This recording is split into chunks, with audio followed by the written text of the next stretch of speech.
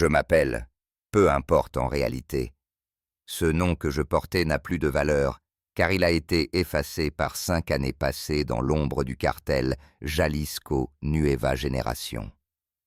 5 années durant lesquelles j'ai obéi, tué, transporté, surveillé.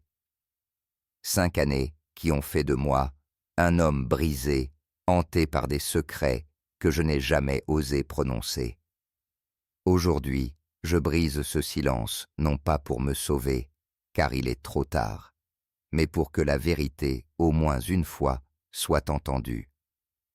Tout a commencé en 2018 à Tlajomulco, une ville qui semblait ordinaire, mais où chaque maison abandonnée pouvait cacher un arsenal, chaque entrepôt se transformer en centre de torture.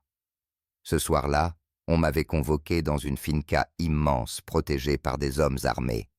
Je croyais me rendre à une mission comme tant d'autres, une exécution, une riposte, un territoire à sécuriser. Mais ce que j'allais découvrir dépassait tout ce que j'avais connu jusque-là. Lorsque j'ai franchi la grille, j'ai croisé les regards d'autres commandants, tous confus, tendus comme moi. Et puis je l'ai vu, Nemesio Oseguera Cervantes, El Mencho, l'homme dont la simple mention faisait trembler le pays. Mais ce soir-là, il n'était pas le roi de guerre impitoyable que je connaissais. Il attendait nerveux comme un élève convoqué par un maître. J'ai compris alors que quelque chose n'allait pas. On nous a conduits dans une maison coloniale au luxe discret, bois poli, tapis, orientaux, toiles d'art coûteuses, dont je ne comprenais rien. Au fond d'un couloir, une porte, derrière un bureau.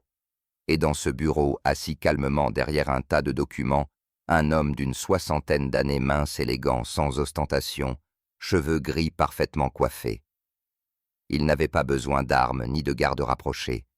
Ses yeux suffisaient, froid calculateur glacial. Cet homme n'avait pas l'air d'un criminel, mais de quelqu'un qui gérait une multinationale invisible.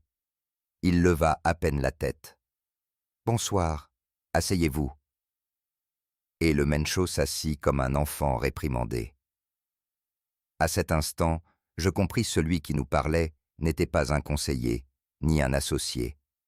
C'était le vrai patron. Pendant 2 heures, il redessina l'organisation comme s'il manipulait des pions, nouvelles routes, nouvelles alliances, comptes bancaires à l'étranger, noms de fonctionnaires que nous ne savions même pas acheter. Il connaissait tout jusqu'aux conversations privées et aux détails intimes de nos familles. Ce soir-là, j'ai entendu une phrase que je n'ai jamais oubliée. La violence est un outil. Un marteau peut clouer ou détruire. Tout dépend de la main qui le tient. Guillaume.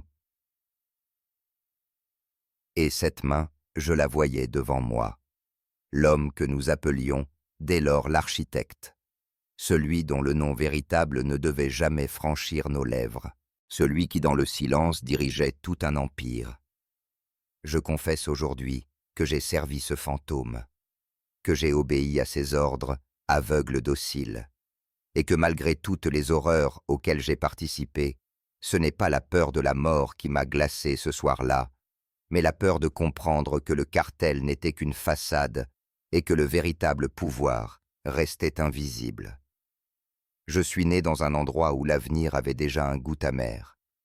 Ce n'était pas un village de contes de fées, mais un quartier oublié poussiéreux au Michoacán. Les rues étaient faites de terre battue, les murs rongés par l'humidité, et l'odeur persistante de la misère collait à nos vêtements comme une seconde peau.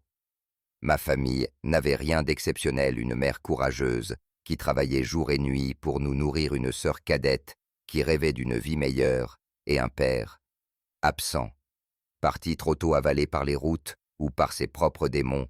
Je n'ai jamais su vraiment. Son silence est devenu le premier trou dans ma mémoire, un vide que j'ai longtemps cherché à combler. Enfant, j'apprenais très vite que la justice n'existait pas pour les pauvres. À l'école, les fils de commerçants avaient des chaussures neuves et des cartables remplis de cahiers propres. Moi, je portais les mêmes sandales usées jusqu'à la corde, et mes carnets se remplissaient autant de tâches que de mots.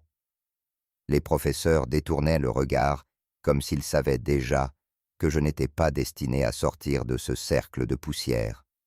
On nous apprenait à lire, mais pas à rêver. Je me souviens d'une scène marquante. J'avais à peine 10 ans quand j'ai vu un voisin se faire tabasser en pleine rue par des hommes armés. Personne n'a bougé, pas même la police qui stationnait à quelques mètres. J'ai compris alors que la loi n'était qu'un masque et que le véritable pouvoir appartenait à ceux qui pouvaient l'acheter ou la piétiner. Cette vision s'est incrustée en moi comme une cicatrice invisible. À la maison, ma mère tentait de maintenir une apparence de normalité. Elle préparait des tortillas, chantonnait parfois pour cacher la fatigue, mais ses yeux racontaient une autre histoire. Celle d'une femme qui se battait contre un monde plus grand qu'elle. Je la voyais vendre des fruits au marché mendier, parfois à un crédit qu'elle ne pouvait pas rembourser. Et moi, impuissant, je ressentais une honte qui brûlait mes entrailles, honte de ne pas pouvoir aider, honte de dépendre de sa force fragile. La nuit, je rêvais d'argent, de puissance, de respect. Non pas pour le luxe, mais pour ne plus sentir cette humiliation de tendre la main. Je me jurais que jamais plus on ne me regarderait comme un moins que rien. Mais ce genre de serment dans un endroit comme le nôtre mène rarement à des chemins honnêtes. Je me rappelle aussi des fêtes patronales, ces rares moments où la musique mariachi recouvrait les coups de feu.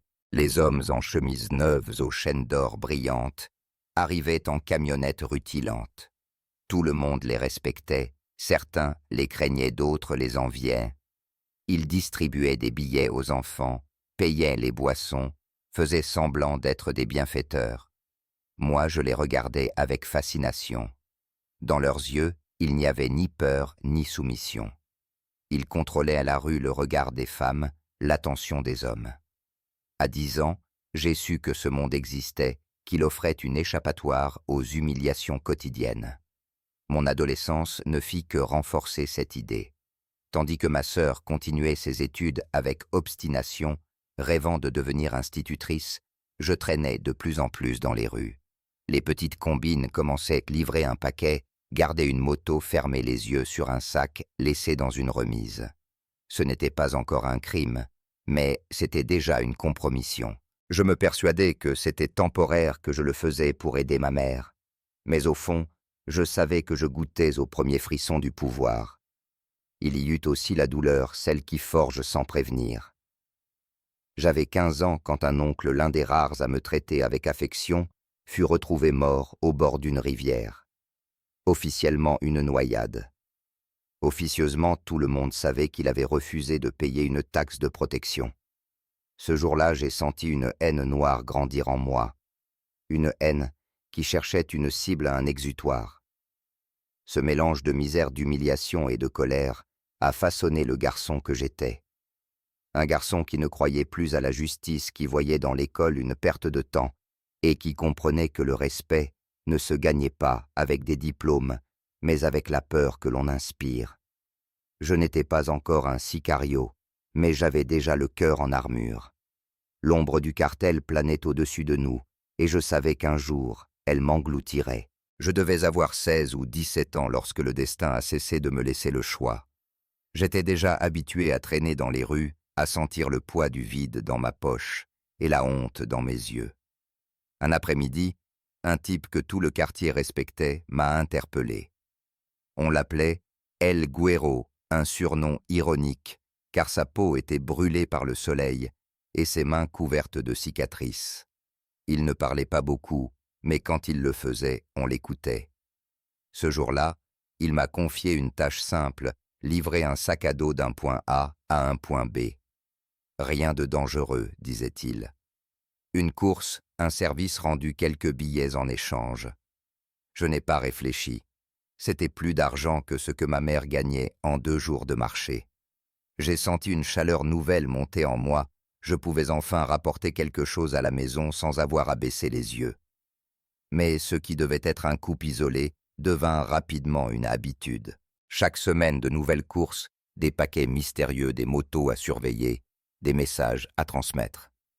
Je ne savais pas encore que j'étais en train de franchir une frontière invisible. Pour moi, c'était juste du travail facile. Mais dans les regards des voisins, je voyais déjà la distance se creuser. Certains détournaient les yeux, d'autres me saluaient avec un respect étrange, presque craintif. J'aimais ce sentiment. Trop. Un soir, El Guero m'a emmené plus loin dans une maison dont les fenêtres étaient barricadées. À l'intérieur, l'air sentait l'essence et la poudre. Des hommes nettoyaient des armes, d'autres empilaient des boîtes métalliques. Je me souviens de la première fois où j'ai vu une caisse s'ouvrir devant moi. À l'intérieur, pas des fruits, mais des sachets de poudre blanche soigneusement emballés. La drogue que je croyais lointaine, abstraite, se matérialisait sous mes yeux. C'était ça la véritable économie de notre quartier, bien plus que les marchés ou les ateliers.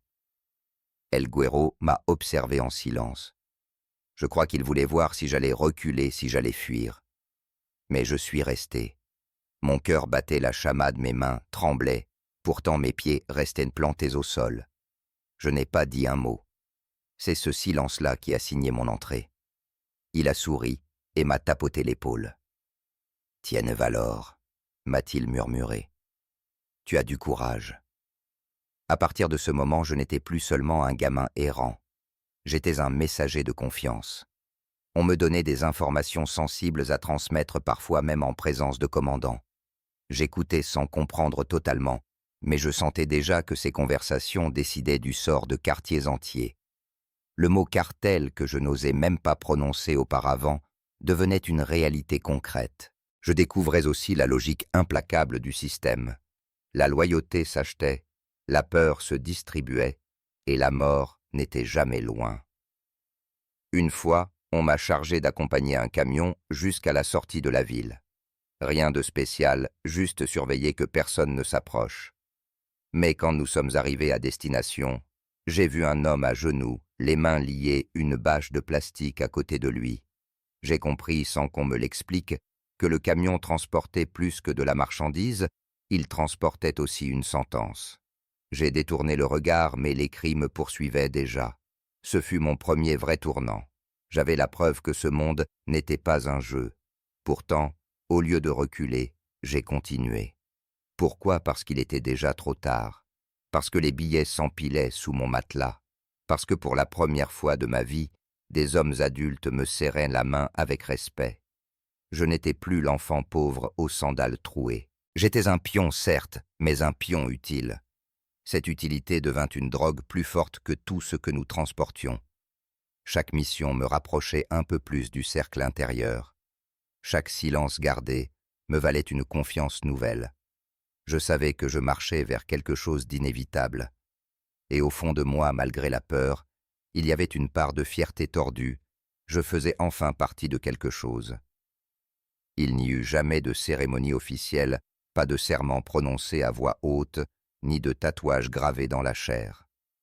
Le rite d'initiation du cartel était plus sournois, une succession d'épreuves qui testaient votre silence, votre endurance et votre obéissance. Pour moi, ce passage se produisit une nuit d'hiver dans une maison de campagne isolée au milieu des champs de canne à sucre. El Guero m'avait prévenu. « Ce soir, tu ne seras plus un simple messager. Tu vas entrer pour de vrai. » Son ton n'admettait pas de discussion. Dans la camionnette, le silence pesait. L'air sentait l'huile de moteur et la sueur. Mes mains tremblaient, malgré moi serrées sur mon pantalon. Je savais que quelque chose allait basculer.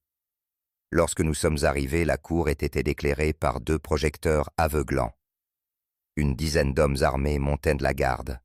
À l'intérieur, une pièce nue, avec seulement une table et 2 chaises. Sur la table, un pistolet et une enveloppe brune. On m'a fait asseoir. Un commandant, visage buriné, cicatrice sur la joue, a posé la main sur l'enveloppe. « Ici, il y a des photos, des informations. Ce type a trahi.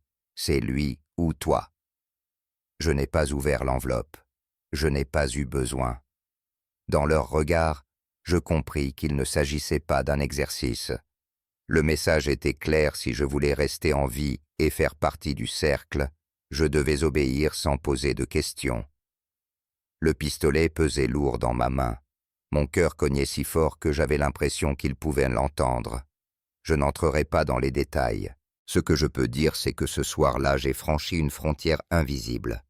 Après l'acte, mes jambes ne me portaient plus. On m'a laissé seul quelques minutes, puis un homme m'a tendu un verre de tequila. « Respire », a-t-il dit. Sa voix n'avait rien de compatissant. C'était une constatation comme s'il annonçait que je venais de naître à une nouvelle vie. La rumeur se répandit vite. Dès le lendemain, les regards changèrent. Je n'étais plus l'adolescent des courses faciles. J'étais désormais un soldat. Certains me félicitaient d'une tape dans le dos, d'autres m'observaient avec une méfiance nouvelle. Mais tous savaient que j'avais franchi le seuil. Les jours suivants furent une suite de petites missions conçues pour m'endurcir davantage, surveiller un entrepôt, transporter des caisses d'armes, accompagner des hommes plus expérimentés lors de visites à des commerçants récalcitrants. On testait ma fiabilité, ma capacité à garder mon calme, mon silence. Chaque fois que je réussissais un nouveau fil invisible, m'attachait plus solidement à l'organisation. Je découvrais aussi la loi du silence. Dans ce monde, parler trop, c'était signer son arrêt de mort. Je m'entraînais à garder mes émotions derrière un masque neutre. Même quand la peur me dévorait de l'intérieur, je ne laissais rien paraître. C'était le prix à payer pour survivre. Le moment où j'ai vraiment compris que je faisais désormais partie du cartel eut lieu lors d'un repas. Une longue table en bois, des assiettes pleines de viande, des bouteilles de bière et de mescal circulant de main en main. L'ambiance était bruyante, mais derrière les rires, il y avait une tension permanente.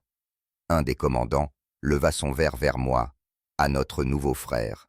Tous trinquèrent. J'ai bu d'un trait, sentant l'alcool brûler ma gorge. Ce toast scellait mon appartenance bien plus sûrement que n'importe quel document ou serment. Ce soir-là, en rentrant, je me suis regardé dans un miroir ébréché. Mon reflet semblait étranger. J'avais le même visage, mais mes yeux n'étaient plus les mêmes. J'y voyais une dureté que je n'avais jamais connue. Et au fond, une fissure. Car je savais que je ne pourrais plus revenir en arrière. Le rite d'initiation ne fut pas un simple test. Ce fut une condamnation.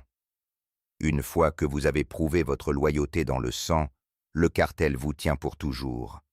Vous devenez à la fois complice et prisonnier. Moi, j'étais désormais enchaîné, et chaque mission future allait resserrer davantage ce lien de fer. Les premiers jours après mon rite d'initiation, je vivais comme dans une transe. J'avais l'impression d'avoir franchi un seuil irréversible, et chaque matin je me réveillais avec le poids du silence et le goût métallique du sang encore sur ma langue. Mais le cartel ne laissait pas le temps de réfléchir. Très vite, on me lança dans mes premières missions comme pour cimenter cette nouvelle identité. La première fut un transport d'armes. On m'a remis les clés d'une camionnette banale, peinture écaillée, siège déchiré. À l'intérieur, sous une bâche, des caisses de métal qui résonnaient sourdement à chaque chaos. Je savais ce qu'elles contenaient: fusils d'assaut, munitions, grenades. Des outils de guerre qui allaient changer le destin de dizaines d'hommes, peut-être de centaines. Mon rôle était simple: conduire d'un point à un autre sans poser de questions. Mais mes mains tremblaient sur le volant, mes yeux fixaient le rétroviseur à chaque instant. Chaque sirène, au loin, me gelait le sang. Pourtant, j'ai accompli la mission sans encombre. Et ce soir-là, on m'a félicité comme si j'avais remporté une bataille. La deuxième mission fut plus brutale. Un homme nous avait trahis, livrant des informations à un clan rival. On m'a ordonné de l'accompagner dans une maison abandonnée. Là, il était attaché à une chaise, le visage tuméfié, le regard suppliant. On m'a mis une arme dans les mains. Cette fois, il n'y avait pas d'échappatoire. Je n'étais plus l'adolescent qui hésitait. J'ai appuyé sur la gâchette. Le bruit a résonné comme une cloche funèbre dans ma tête. Pendant des jours, je n'ai pas dormi. Chaque fois que je fermais les yeux, son visage apparaissait, ses lèvres tremblantes, le sang qui s'élargissait sur sa chemise. Mais je ne pouvais rien dire. Dans ce monde, le silence était la seule monnaie qui comptait. Peu après, je fus chargé de surveiller un convoi de drogue. 3 véhicules, chacun rempli de cargaisons soigneusement emballées. Ma tâche restait en arrière, vérifier que personne ne nous suivait. Ce fut mon baptême du feu sur les routes. Les kilomètres défilaient dans un silence lourd, entrecoupé de radios crachotantes. Je me sentais à la fois insignifiant et essentiel.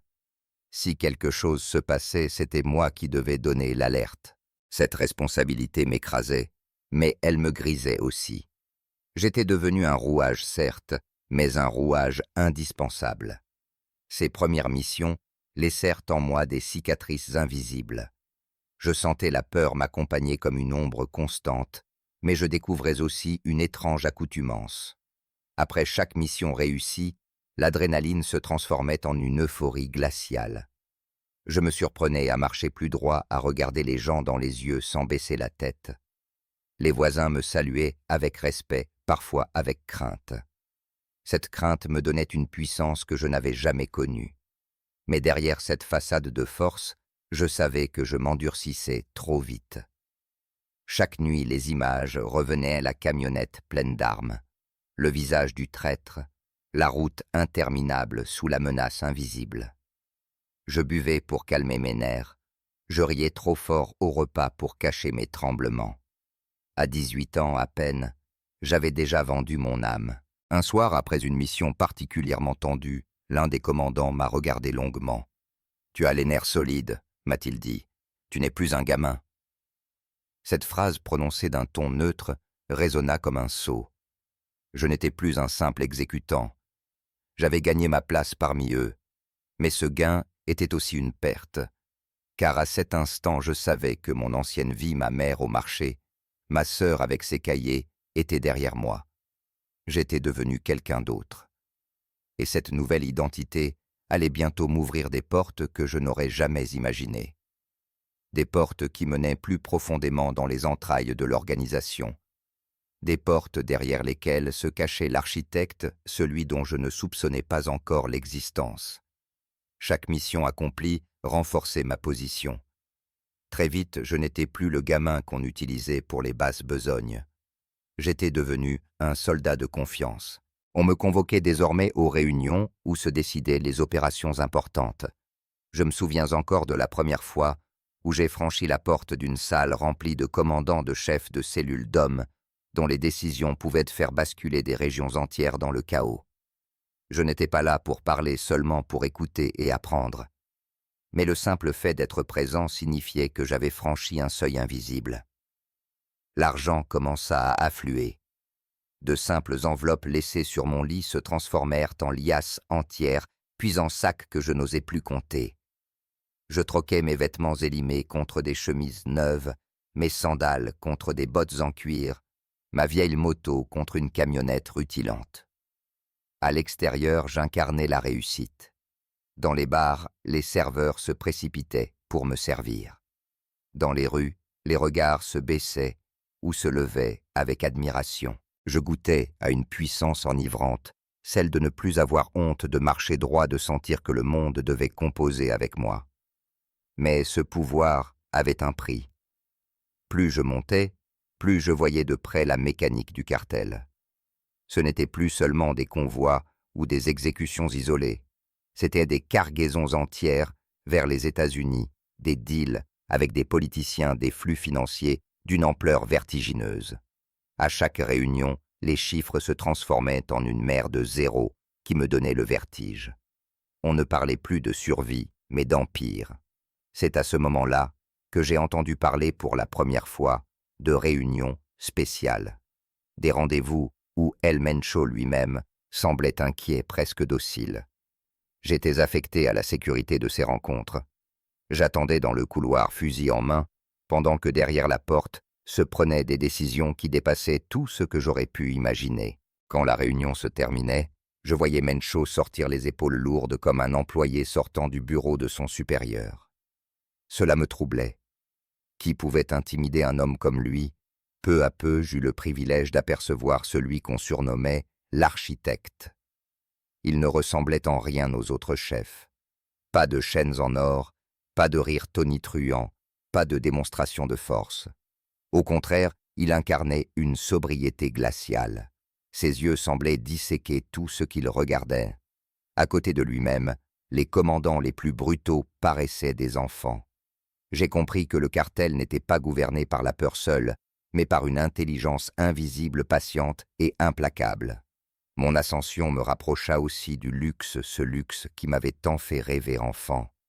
Villas au bord de la mer faite, où l'alcool coulait à flots, tables couvertes de billets et de poudre. Je participais à ce théâtre avec l'impression d'être enfin arrivé. Pourtant, derrière chaque éclat de rire, je sentais la tension un mot de travers, et tout pouvait s'effondrer. La richesse n'était qu'une façade fragile, entretenue par la peur et la loyauté forcée. Un soir, alors que nous buvions dans une hacienda des environs de Guadalajara, un commandant me dit à voix basse « Profite, mais n'oublie jamais ici, la richesse n'est qu'un prêt. Le jour où tu perds ta valeur, on te reprend tout. » Ces mots me glacèrent. Je compris que ce pouvoir, aussi enivrant soit-il, n'était pas le mien. J'étais un acteur temporaire dans une pièce écrite par d'autres. Pourtant, je continuais à grimper. Chaque mission réussie m'ouvrait davantage les portes de ce cercle restreint. Chaque silence gardé me rendait plus digne de confiance. J'étais devenu le bras droit de certains commandants, puis l'un des hommes de sécurité rapprochés lors des réunions les plus secrètes.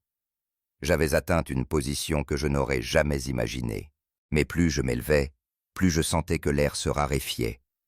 Et derrière ce vertige, une vérité commençait à se dessiner, le pouvoir apparent n'était qu'une illusion. La vraie autorité, celle qui décidait du sort du cartel et peut-être du pays, appartenait à l'homme que l'on appelait l'architecte. De l'extérieur, beaucoup imaginent que la vie dans un cartel se résume à l'argent facile, aux fêtes sans fin et à la puissance armée. C'est vrai en partie, mais la réalité quotidienne était bien plus complexe, faite de règles strictes, de peurs constantes et d'un équilibre fragile entre la loyauté et la trahison. La première règle, celle qui dominait toutes les autres, était la loi du silence. On ne parlait pas à sa famille, pas à ses amis, parfois même pas à ses propres compagnons. Les ordres circulaient comme des ombres, chacun ne savait que ce qu'il devait savoir. Ce cloisonnement n'était pas un hasard, il empêchait les fuites et transformait chaque membre en prisonnier volontaire. Plus on savait, peu plus on vivait longtemps. Mais moi, parce que j'étais de plus en plus proche des commandants, j'entendais et je voyais ce que d'autres ignoraient. J'assistais aux réunions nocturnes où l'on dessinait sur des cartes les routes de la drogue, où l'on listait les noms des politiciens amis, où l'on décidait de la vie ou de la mort d'un homme d'un simple geste de main. Chaque décision se prenait avec un calme glaçant, comme si l'on parlait de chiffres et non de vies humaines. Le quotidien, pourtant, avait aussi ses excès. Les fêtes dans les haciendas rappelaient un carnaval de luxe musique à plein volume, tables couvertes de bouteilles femmes, séduites par l'argent et la peur. On riait, on criait, on jouait, avec des liasses de billets, comme avec des cartes à jouer. Mais derrière chaque éclat de rire, je voyais l'ombre du danger, car ces fêtes n'étaient pas seulement un divertissement, elles étaient aussi un test. Celui qui buvait trop, qui se montrait trop bavard, qui laissait échapper un mot de travers pouvait disparaître le lendemain. La discipline était maintenue par des exemples brutaux. J'ai vu des hommes exécutés pour avoir détourné quelques milliers de pesos, d'autres torturés pour avoir parlé trop librement. Ces châtiments n'étaient jamais cachés. Au contraire, ils étaient mis en scène afin que chacun comprenne qu'il n'existait aucune échappatoire. La peur était le ciment de notre cohésion. À l'intérieur du cartel, les relations étaient un mélange de fraternité et de méfiance. On partageait le même repas, on risquait la vie ensemble, mais on savait aussi que le moindre faux pas pouvait transformer un frère en ennemi mortel. La loyauté était exigée, mais elle n'était jamais totalement garantie. Chaque sourire pouvait cacher une lame. Je me surpris à dormir de plus en plus souvent avec mon arme sous l'oreiller, incapable de faire confiance même à ceux avec qui je partageais le pain. Pourtant, je ne peux pas nier que je ressentais parfois une forme d'appartenance. Dans ce chaos, j'avais trouvé une famille étrange, une famille construite non sur l'amour, mais sur la peur et le sang partagé. Nous étions liés par des secrets si lourds qu'aucun de nous ne pouvait les porter seul. C'était cette complicité dans l'horreur qui nous unissait plus sûrement que n'importe quel lien du sang. Mais, au-dessus de tout cela, planait une ombre plus grande encore l'architecte.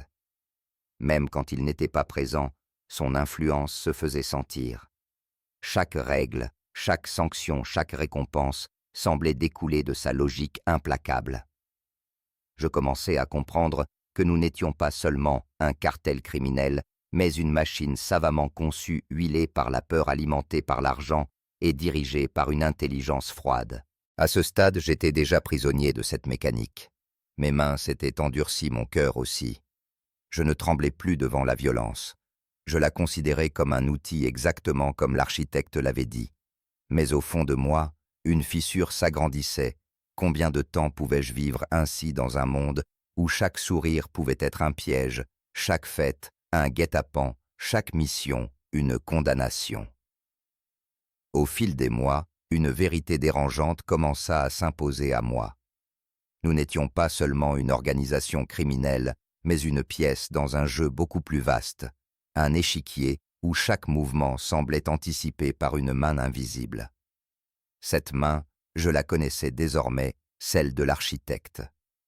Je compris d'abord par fragments lors de réunions étranges, où l'on parlait moins de cargaison et plus de relations stratégiques.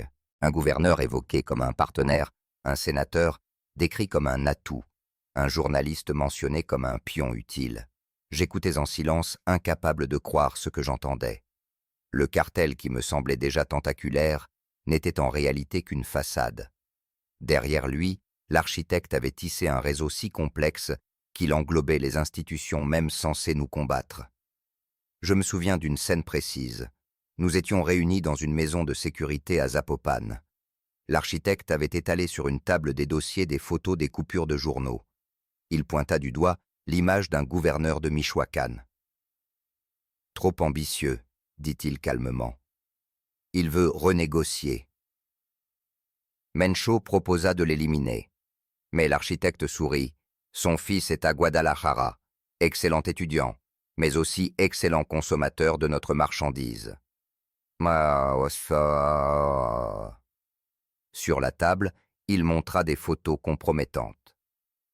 Demain, si le gouverneur ne cède pas les journaux, recevront ces images. Et s'il résiste, nous avons d'autres preuves. La froideur de sa méthode me glaça. Pas besoin de balles quand l'information suffisait à détruire une carrière. Un autre exemple me frappa encore plus. Nos opérations à Nayarit étaient menacées par un commandant fédéral incorruptible. Je pensais que sa mort était inévitable. Mais l'architecte avait une autre stratégie. Il avait découvert que la femme de cet homme souffrait d'un cancer. Plutôt que de le corrompre, il le sauva, traitement payé dans une clinique privée, médicaments expérimentaux, hébergement, offert à la famille. Officiellement, une fondation philanthropique prenait en charge les frais. Le commandant resta honnête, mais il ne fut plus jamais un obstacle. Ses priorités avaient été subtilement déplacées. Ne jamais acheter un homme honnête, expliqua l'architecte. Le sauver, c'est le lier à vous pour toujours. Ces mots résonnent encore en moi. C'est à travers ces épisodes que je pris conscience de l'étendue de son emprise. Il contrôlait des sénateurs qui croyaient voter des lois contre le narcotrafic alors qu'elles nous favorisaient. Il nourrissait des journalistes en information pour détruire nos rivaux tout en renforçant notre image de toute puissance. Plus terrifiant encore, il utilisait même certains agents de la DEA persuadés de mener des enquêtes sérieuses alors qu'ils nettoyaient en réalité le terrain pour nos cargaisons. Je compris alors que Mencho n'était qu'une façade, une figure publique utile pour détourner l'attention. Le véritable patron, celui dont personne n'osait prononcer le nom, n'apparaissait jamais sur les affiches ni dans les communiqués officiels. L'architecte invisible tirait les ficelles. Un soir, j'assistais à une démonstration qui acheva de me convaincre. La DEA préparait une opération conjointe avec le gouvernement mexicain pour bloquer une de nos routes principales. Le cartel était en panique, mais l'architecte impassible sortit son téléphone et passa un appel en anglais. Il demanda des nouvelles de la famille et de son interlocuteur, rit doucement, puis raccrocha. En moins de 5 minutes, il avait obtenu les dates, les noms des agents, le plan détaillé de l'opération. « Voilà », dit-il en rangeant son téléphone. « Ils nous ont encore débarrassés d'un concurrent. » Ce soir-là, j'ai compris qu'il n'y avait pas d'échappatoire. Comment fuir une organisation qui avait des yeux jusque dans la DEA, qui pouvait transformer ses ennemis en alliés sans qu'ils le sachent? Nous n'étions pas un cartel. Nous étions un empire invisible, une machine dont chaque rouage servait une logique glaciale, celle du contrôle par l'information. Et moi, simple soldat, je n'étais qu'une pièce parmi d'autres. Mais j'avais vu l'envers du décor. J'avais compris que ce que l'on croyait être le sommet du pouvoir Mencho, les armes, la violence, n'étaient en réalité qu'une distraction. La véritable autorité appartenait à un fantôme que personne ne cherchait parce que personne ne savait qu'il existait. Tout empire, aussi solide qu'il paraisse, finit par montrer ses fissures. Pour moi, la chute n'a pas été soudaine, mais une descente progressive, un effritement lent de mes certitudes et de ma loyauté. J'avais vu l'architecte manipuler gouverneurs journalistes et agents fédéraux. J'avais assisté à ses démonstrations d'intelligence froide, à sa manière d'économiser la violence pour mieux la brandir au moment opportun. Mais la pandémie de 2020 bouleversa l'équilibre. Les frontières se fermèrent, les flux se brisèrent, et pour la première fois, l'architecte sembla perdre son assurance. Lors d'une réunion tendue dans un entrepôt de Tlakpak, Mencho osa remettre en cause sa stratégie. Les chiffres montraient une baisse inquiétante, les Sinaloa profitaient de nos faiblesses. Le silence fut glacial. J'ai vu la mâchoire de l'architecte se crisper, ses mains se raidir. Puis il répliqua d'une voix glacée, « Tu es en train de remettre en question ma vision. » Le temps s'arrêta. Tous comprirent que Mencho jouait avec le feu. Finalement, l'architecte se détourna vers la fenêtre puis déclara, « Peut-être est-il temps de rappeler pourquoi on me craint. » Les semaines suivantes furent un déferlement de terreur. 3 fonctionnaires qui tardaient à payer leurs dettes furent retrouvés morts dans des mises en scène macabres. Un journaliste trop curieux disparut sans laisser de traces.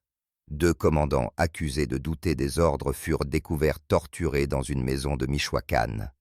L'architecte venait de prouver qu'il savait encore manier la peur comme une arme absolue. Mais à mes yeux, quelque chose avait changé derrière sa façade de stratège froid. J'avais entrevu une faille. C'est à cette époque que je commençais à nourrir un projet fou fuir.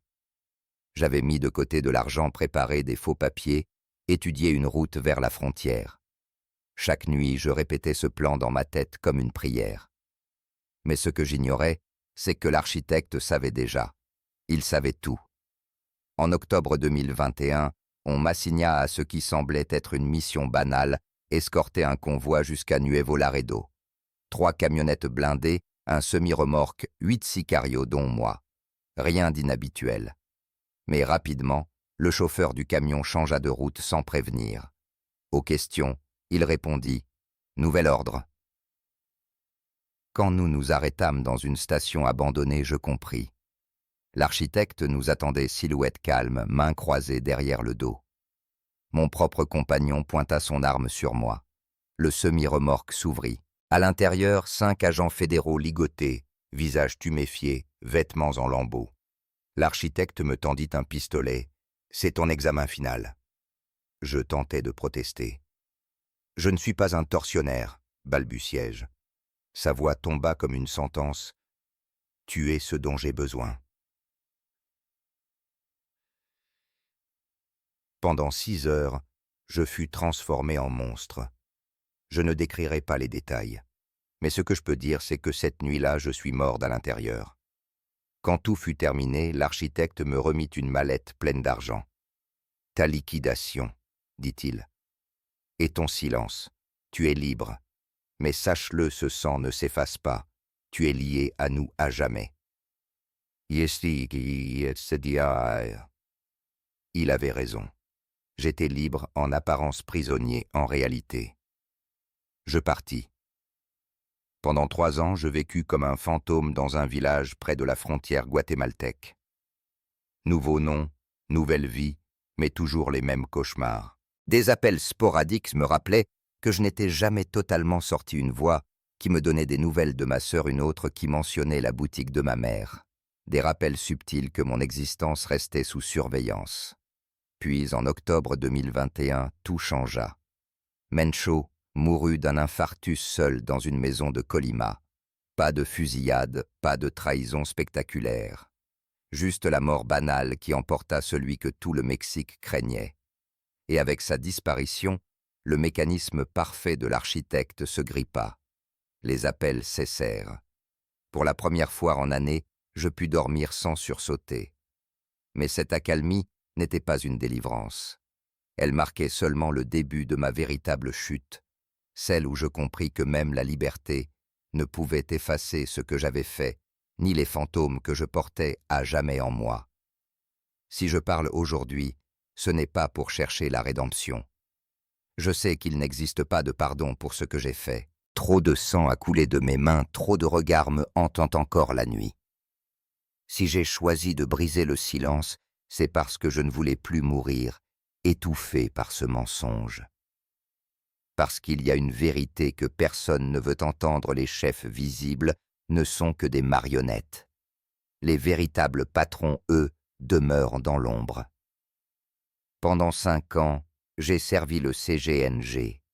Pendant 5 ans, j'ai cru que ma loyauté allait à Mencho, que son nom incarnait l'autorité suprême. Mais j'ai découvert que lui aussi n'était qu'un visage offert à la peur collective. Derrière lui, il y avait l'architecte, un homme dont le nom réel n'apparaît dans aucun dossier, dont le visage n'existe sur aucune photo publique. Il ne dirige pas avec les armes, mais avec l'information. Et l'information, je l'ai compris trop tard, est l'arme la plus absolue qui soit. J'ai vu des gouverneurs se plier non à la menace d'une balle, mais à la peur d'un scandale que l'architecte pouvait déclencher en un claquement de doigts. J'ai vu des policiers honnêtes transformés en alliés involontaires simplement parce qu'ils avaient sauvé la vie de leurs proches. J'ai vu des journalistes persuadés de combattre le crime publié, sans le savoir, les récits qu'ils leur dictaient pour éliminer nos rivaux. Même la DEA, symbole de la lutte internationale, a servi d'outil dans ses mains expertes. Et moi, je n'étais qu'un pion entraîné à protéger un empire dont je n'ai jamais saisi toute l'ampleur. Aujourd'hui, je vis comme un homme traqué.